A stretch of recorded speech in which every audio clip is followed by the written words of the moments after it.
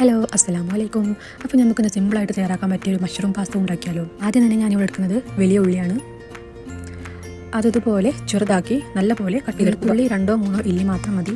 അതും ഇതുപോലെ ചെറുതാക്കി. പിന്നെ വേണ്ടതാണ് നമ്മുടെ മെയിൻ ആയിട്ടുള്ള സാധനം മഷ്റൂം. അതും ഇതുപോലെ ഇങ്ങനെ കുറച്ച് വലുപ്പത്തിൽ കട്ട് ചെയ്യുക. പാസ്ത വേവിക്കാനായിട്ട് ഒരു പാൻ എടുത്ത് ആവശ്യത്തിനുള്ള വെള്ളം ഒഴിച്ച് 1 ടേബിൾ സ്പൂൺ ഓയിലും ചേർത്തിട്ട് നന്നായിട്ട് പാസ്ത റെഡിയാവുന്ന സമയം കൊണ്ട് ഇതിലേക്ക് ആവശ്യമായിട്ടുള്ള സോസ് തയ്യാറാക്കാം. അതിനായി ഒരു പാൻ എടുത്ത് 1 ടേബിൾ സ്പൂൺ ഒലിവ് ഓയിൽ ഒഴിക്കുക. എണ്ണ ചൂടായതിനു ശേഷം നേരത്തെ അരിഞ്ഞു വെച്ച സവാള, അതോടൊപ്പം തന്നെ നേരത്തെ അരിഞ്ഞു വെച്ച വെളുത്തുള്ളിയും അല്പം ഉപ്പും ചേർത്ത് നന്നായിട്ട് ഇളക്കുക. ഒരല്പം ബട്ടർ ചേർത്ത് കൊടുക്കാം. എന്നിട്ട് നന്നായിട്ട് ഒന്ന് ഇളക്കി കൊടുക്കാം. ഉള്ളി നന്നായി വാടിയതിന് ശേഷം നമുക്ക് മഷ്റൂം ഇട്ട് കൊടുക്കാം.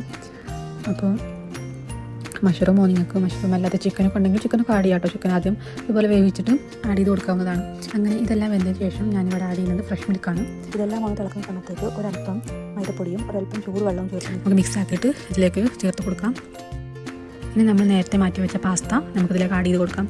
അല്പം ചില്ലി ഫ്ലെക്സ് ഇട്ട് കൊടുക്കാം. ഞാനിവിടെ ഇട്ടത് കുറച്ച് അല്പം കുരുമുളകും ചേർത്ത് കൊടുക്കുക. ഒരല്പം ഒരേഗാനോവും ചേർത്ത് കൊടുക്കാം. ഇതെല്ലാം ചേർത്തതിന് ശേഷം നമ്മൾ ഫൈനൽ സ്റ്റെപ്പായിട്ടുള്ള ചീസാണ് ആഡ് ചെയ്ത് കൊടുക്കുന്നത്. നിങ്ങൾക്ക് ആവശ്യാനുസരണം ചീസ് ഇട്ട് കൊടുക്കാം. ഞാനിവിടെ 2 ചീസാണ് ഇട്ടിട്ടുള്ളത്. നന്നായിട്ട് ഇളക്കി കൊടുക്കാം.